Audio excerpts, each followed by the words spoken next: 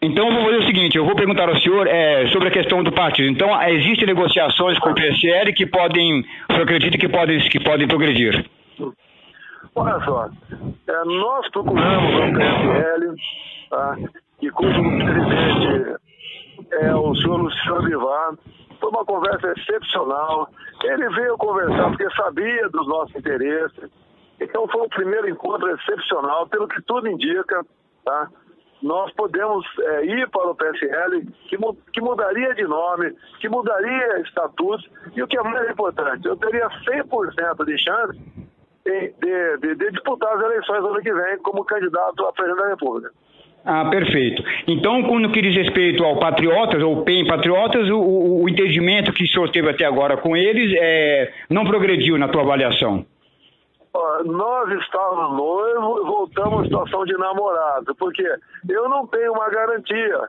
Eu não quero aqui desqualificar quem quer que seja no Patriota. Mas a questão de garantia, e quando se fala em política, você tem que estar no papel. E nós não tínhamos essa garantia no papel.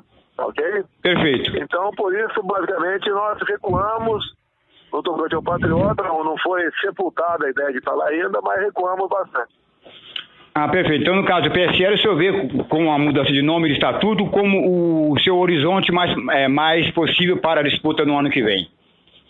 Inclusive, tocante à composição da executiva, dos diretórios, tudo isso aí será, vamos assim dizer, muito mais favorável a nós, porque nós temos como agregar no Brasil todo, o PSL sabe que nós temos como agregar no Brasil todo, o PSL sabe também que é uma legenda que dificilmente sobreviveria a causa de Barreira o ano que vem, então é um acordo que interessa para os dois, está pintando ser um casamento perfeito.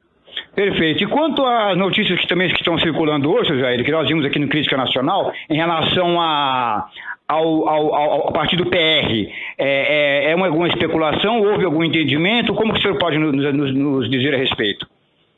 De forma isolada, alguns parlamentares do PR, como o meu próprio amigo, o capitão Augusto, tá, tem conversado conosco, que deve ser talvez o futuro presidente do PR, procurou para ver se haveria entendimento de ir para lá.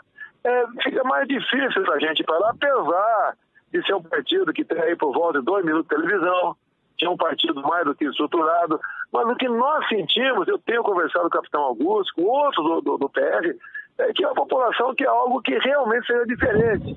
E indo para o PR, nós nos aproximaríamos um pouquinho do que é a política tradicional. E nós queremos, se essa for a vontade de Deus, né, disputar, ganhar a eleição e assumir com a independência.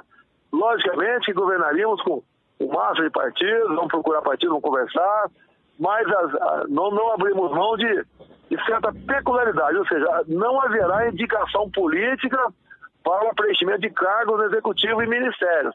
Isso aí tem que ser escolha técnica.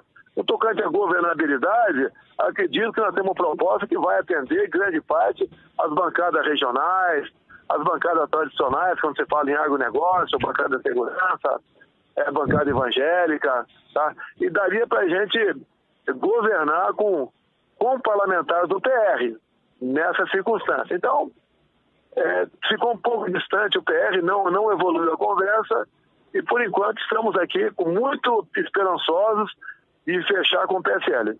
Ah, perfeito. Agora, senhor Jair, em relação ao vice, é óbvio que o senhor está ainda tratando a questão do partido, mas obviamente o vice é importante até para a composição e ampliação de uma possível futura candidatura.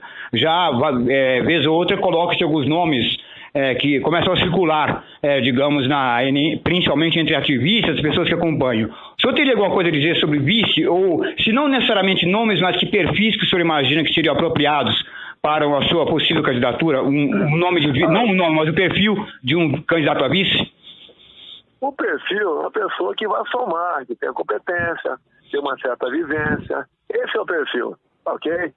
Agora, caso não apareça, a gente vai ter que ter uma carta no bolso, né? Alguém filiado ao partido, que eu vou me filiar em março, para ser o Rega 3, né? O paraquedas reserva para ser nosso vice.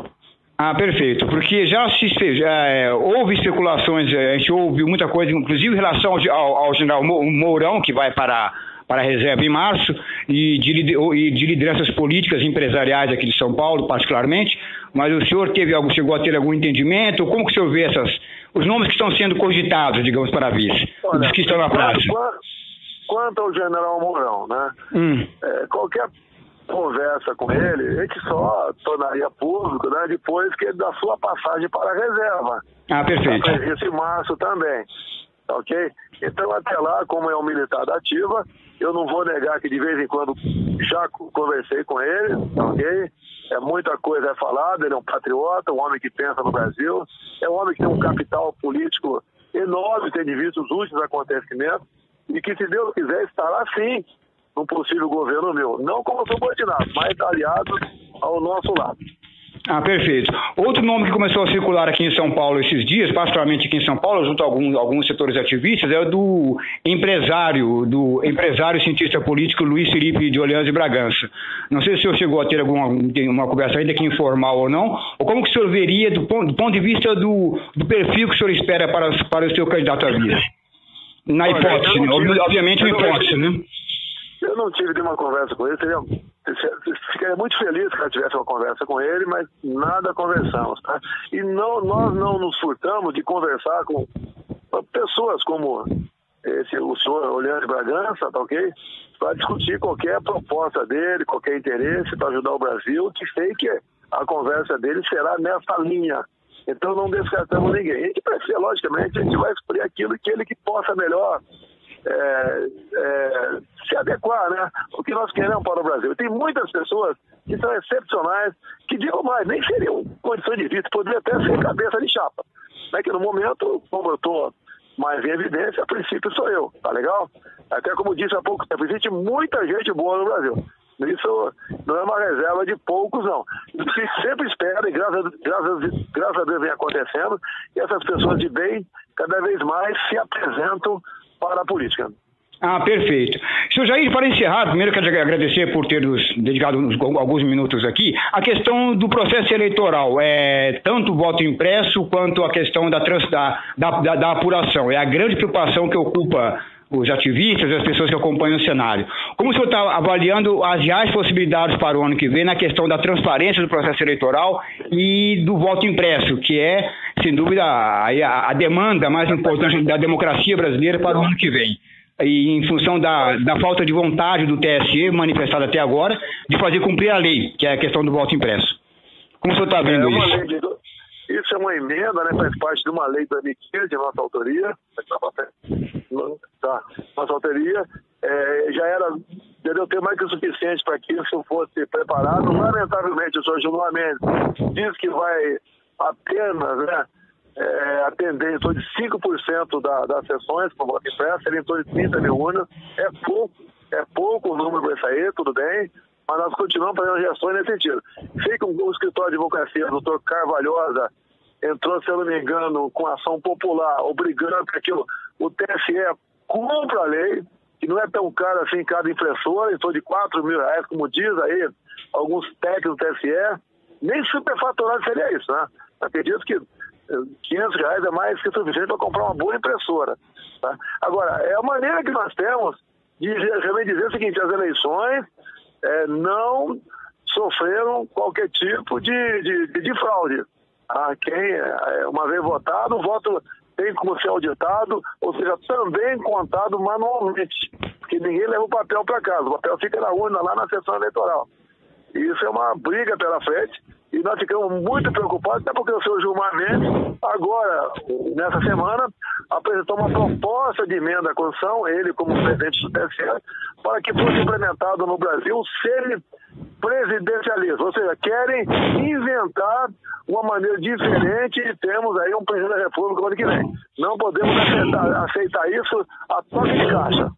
Tá? Então, a gente faz a nossa parte, agradeço a vocês que se preocupam com esse tipo de matéria, a gente pega todos aqui, nos ouçam, né? Quem puder fazer qualquer coisa para ajudar.